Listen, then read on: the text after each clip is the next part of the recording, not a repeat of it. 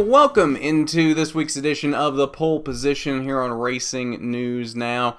I'm your host, Garth Allen. Thanks for joining me as we recap this week's NASCAR action from the Atlanta Motor Speedway. All three National Series for NASCAR in action this week. We had a doubleheader on Saturday with the Xfinity Series, and then the Camping World Truck Series running shortly afterward. And then, of course, the Monster Energy NASCAR Cup Series were in action on Sunday as well.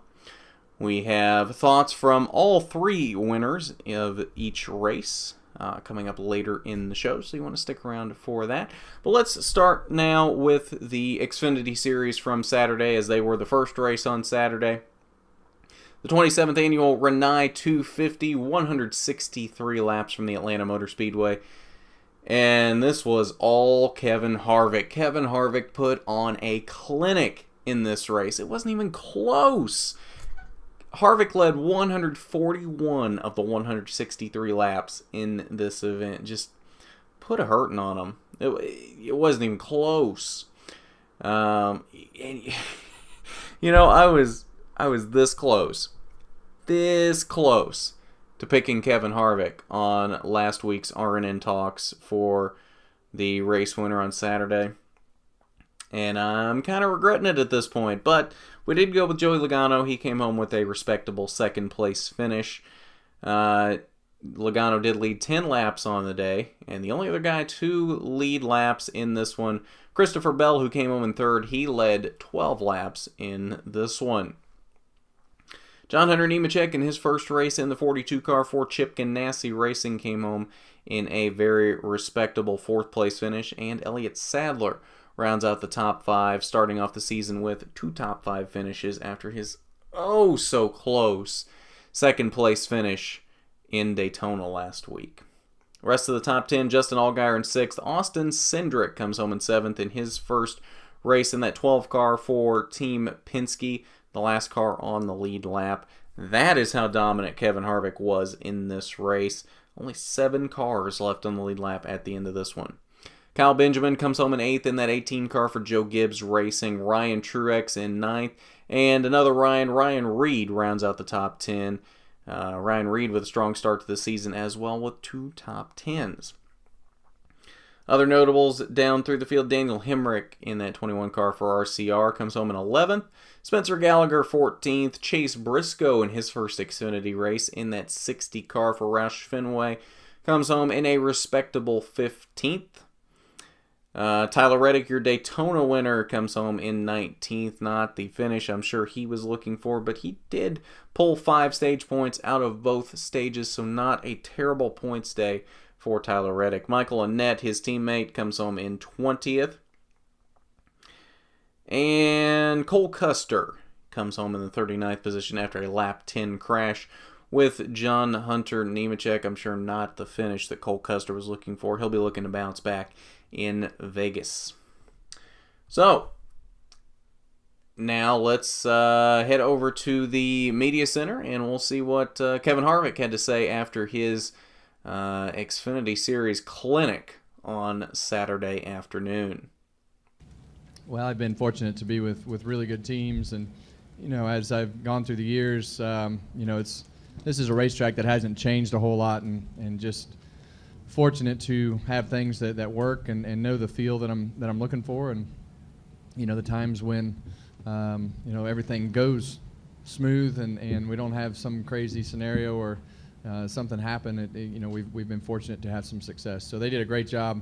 I mean, it was just one of those days that you look back on and go, whoa, that was a lot of fun to be a part of, from the driving the car to pit road, and everybody that puts the effort in. I mean, this is not something that these guys have to do or Stewart Haas Racing has to do, and it's strictly to go on the racetrack and win races. And I felt bad that we didn't do that last year, but this is a great way to start it off this year, and we're 1 year into it, and Cole won the last race, and we won this one, and so we're doing good. And let's look at the Xfinity Series points here very quickly before heading over to the Camping World Truck Series race. Tyler Reddick, being the only Xfinity Series regular to have won an Xfinity race so far, sits in the top of the points. Elliott Sadler, the first guy we're looking at on points, right behind Mr. Reddick. Ryan Reed, after starting the season with 2 top 10s, in a very strong 3rd place in points. Ryan Truex and Spencer Gallagher both in the top 5. Christopher Bell bouncing back very well from that 39th place finish in Daytona. The 3rd place in Atlanta counteracting that well to bounce him all the way back up to 6th in points. Justin Allgaier in 7th, Ross Chastain 8th, Kaz Grala 9th, Brandon Jones 10th, Daniel Hemrick 11th, and Garrett Smithley currently at the bottom of the playoff grid after 2 races. So that is everything we have to talk about the Xfinity Series from this weekend. Let's go ahead and look at the Camping World Truck Series. They had the 10th running of the Active Pest Control 200, 134 laps in this one after 1 overtime.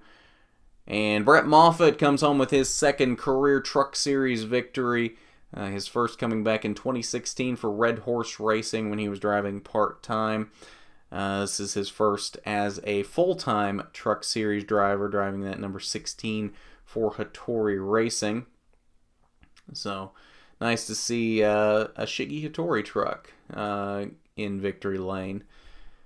So Brett Moffitt again takes home the victory in this one. Noah Gragson, after Kyle Busch's problems, which we will get to momentarily, probably had the best car in the field after Kyle's problems. Unfortunately, not able to quite get back up to the lead on that final restart. He did go from like 9th to 2nd just in turn 1, though, on the final restart in overtime. So just Brett Moffitt had just built just enough of a lead at that point. Noah Gragson couldn't quite get to him in overtime, but very strong truck out of Noah Gragson. I'm sure we'll see more of the same throughout the rest of the season. Johnny Sauter, your Daytona winner, comes home in the 3rd position. Ben Rhodes 4th, and Matt Crafton rounds out the top 5. Our pick for this one is still a respectable finish. Stuart Friesen comes home in a strong 6th place finish. Myatt Snyder, the highest finishing rookie in the race, comes home in 7th. Jesse Little in 8th. Grant Enfinger in 9th, and Austin Dillon rounds out the top 10. Other notables throughout the field: Joe Nemechek comes home in a respectable 12th. Spencer Davis in 13th. Dalton Sargent 14th. Cody Coughlin in his 2nd race for GMS comes home in the 20th position. Kyle Busch 21st. Had probably the strongest car in the field. Dominated most of the race. Led a race high 67 of the 134 laps. Final pit stop. Called an audible. It was supposed to be a 4-tire pit stop. The right front got a little hung up. I believe it was a problem with the air gun or something to that effect. Took a little bit longer than Kyle would have liked. Calls an audible in the middle of the pit stop for 2 tires. Unfortunately, once the front tire changer got back around, the left rear already had all of the lugs off of the tire. Kyle apparently did not realize this. Takes off. He made it to about halfway between turns 1 and 2, and the left rear tire falls off, ending Kyle's day. So that is the adventures of Kyle Busch at the Atlanta Motor Speedway in the Camping World Truck Series. Justin Haley, your 2nd place finisher from Daytona, came home in 22nd. So that is your notables throughout the rest of the Camping World Truck Series field. Now let's head back over to the Media Center and we'll see what Brett Moffitt had to say after his 2nd career Camping World Truck Series victory. It was a 13 being on 2 tires. I didn't know if he was going to spin them or how good a start he was going to get. I knew we'd be able to launch harder. It seemed like our JGR motor built by Mark Conquest was really good on restarts. I was able to push Kyle to the lead on one, and I tried to on another, and he spun his tires and kind of got us back there in the pack a little bit. But we had a really good Tundra, and we were able to drive back by. But on that final restart, I was just trying to give him enough space to where if he did spin his tires, I could still get to the bottom. And, luckily, once I got into one, could clear him and clear Johnny, and they stayed side by side, and we were able to just drive away. Now we're going to quickly take a look at the Camping World Truck Series points before we're moving on to the Cup guys. Johnny Sauter, of course, leads the points after his win in Daytona and a strong 3rd place finish in Atlanta. He sits top. The points with Brett Moffitt right behind him, thanks to Brett's win. And looking at the guys in on points currently, Matt Crafton sits in that third position, first guy in on points. Grant Infinger, Noah Gragson, and then Ben Rhodes in sixth. Dalton Sargent seventh, and Spencer Davis currently holds down the final position in the playoff grid in eighth. So that is your points for the Camping World Truck Series. Now let's take a look at the Monster Energy NASCAR Cup Series guys.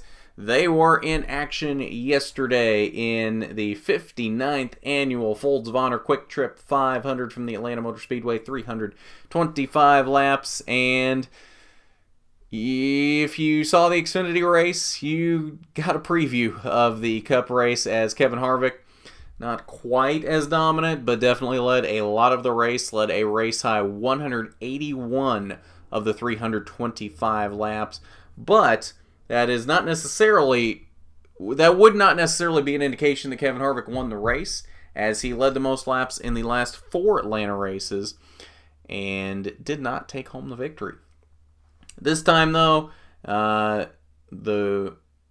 everything was working in his favor, and Kevin Harvick did pick up the victory, his first of the season. His first at Atlanta, believe it or not, since his first career win back in 2001, 17 years ago. He's been so strong in Atlanta throughout his whole career, and this is only his second victory at the track. That's just amazing to me. Brad Keselowski comes home in a strong second-place finish. Clint Boyer, his best run in a while, comes home in the third position. Denny Hamlin and Martin Truex rounds out the top 5.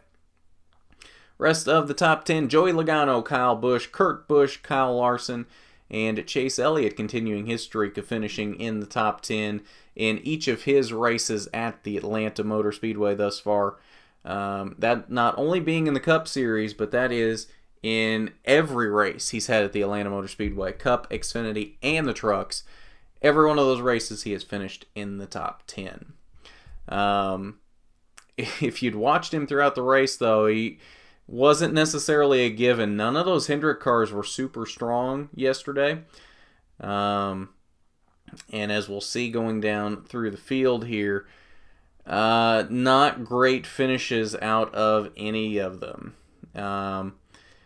As we look down here for some notables, Eric Almirola with a very strong 13th place finish. He's been turning a lot of heads here the first 2 races of this season. Never really did a lot in that 43 car for Richard Petty Motorsports, and all of a sudden now came within 2 corners of winning the Daytona 500 and ran in the top 10 most of the day in Atlanta. So I think he's going to continue turning heads throughout this season. I think this is just the beginning, and we'll see what he can do throughout the rest of the season. I'm excited to see. I for one was not expecting this, to be completely honest with you, but it is refreshing to see Eric Almirola actually running well. Daytona 500 champion Austin Dillon came home in 14th. Daniel Suarez ran up front most of the day. Ends up coming home in the 15th position.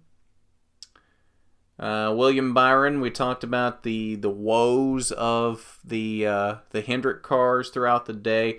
William Byron actually was a lap down before the lap 30 competition caution for the rain.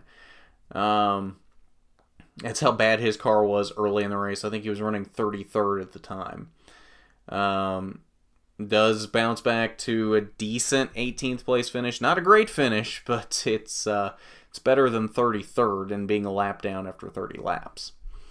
Alex Bowman in that 88 car comes home in 20th. Casey Kane had a decent day. 21st, not necessarily reminiscent of the day that he had. Ryan Newman started outside pole, had a fast car early. Had problems, though. I believe it was late in the first stage and never could quite recover. Comes home in the 22nd position. Jimmy Johnson, our pick for the day. Probably shouldn't even admit that at this point, but he was just off all day and then ended up having a wreck late. Comes home in the 27th position. And Bubba Wallace, I know a lot of people expecting a lot out of him, had a decent day going. Not a great day, but had a decent day going until a wreck late when Trevor Bayne blew his engine. And in the wall of smoke that you could not see through, Bubba Wallace runs into the back of Ricky Stenhouse and effectively ends his day. Comes home in the 32nd position. The aforementioned Trevor Bayne, with the blown engine, comes home in the 35th position. So that is your running order for the Folds of Honor Quick Trip 500. Let's head back over to the Media Center one last time, and we'll see what Kevin Harvick had to say after his second career victory at Atlanta. Today was very satisfying, just for the fact that we were able to overcome so much. That, in my mind, is very rewarding for everybody on the team.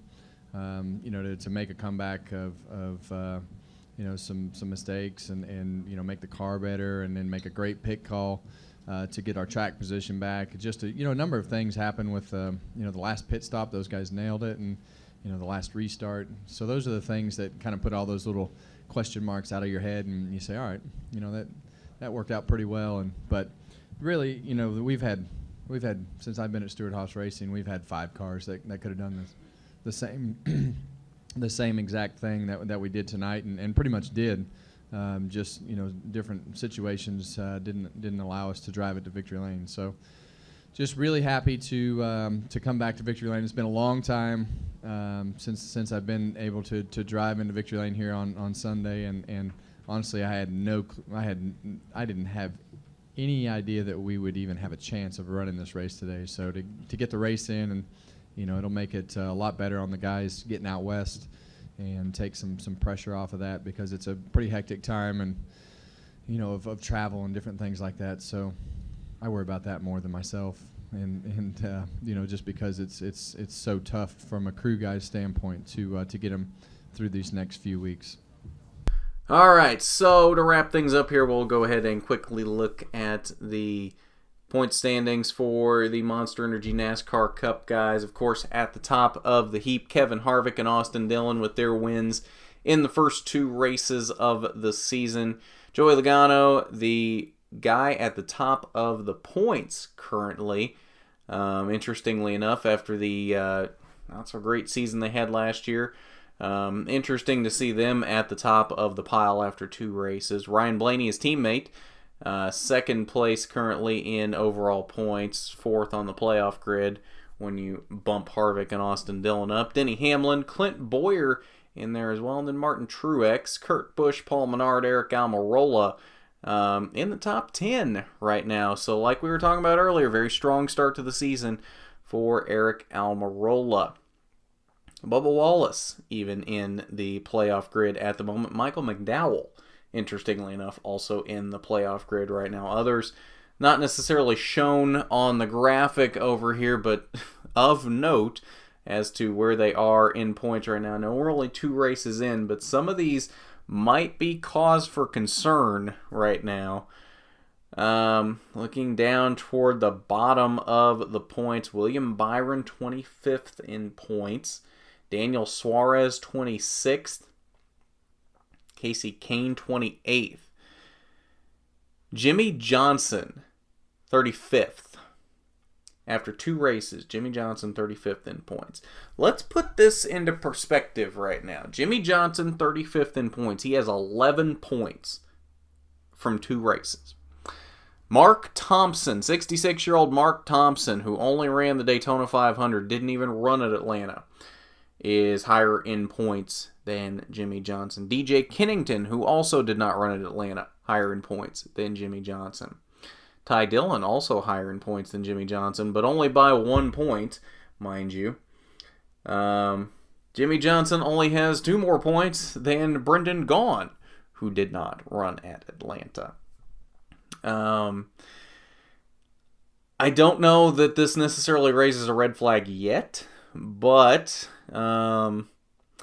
if we can look back at this here in a couple of weeks and JJ hasn't gone above, I would say, 30th, I think then it's time to start being worried if you're a Jimmy Johnson fan. because this, as much as some people don't like to admit it, this sport is very momentum based. And to start off the season as badly as Jimmy Johnson has, only 11 points in 2 races. If it continues in this direction, I fear that the momentum is not going to be on Jimmy Johnson's side. We will see how that goes. But at that, I believe that is all I have for you tonight on Pole Position. So thank you for joining me. I'll see you on Wednesday for RNN Talks. Don't forget to subscribe, like the video down below. It is very much appreciated. And don't forget to support us on Patreon, patreon.com/racingnewsnow. It is much appreciated, and it will help us continue to grow and bring you the best quality content here at RNN. So with that, this has been the Pole Position, where you always start on the front row. I'm Garth Allen for Racing News Now.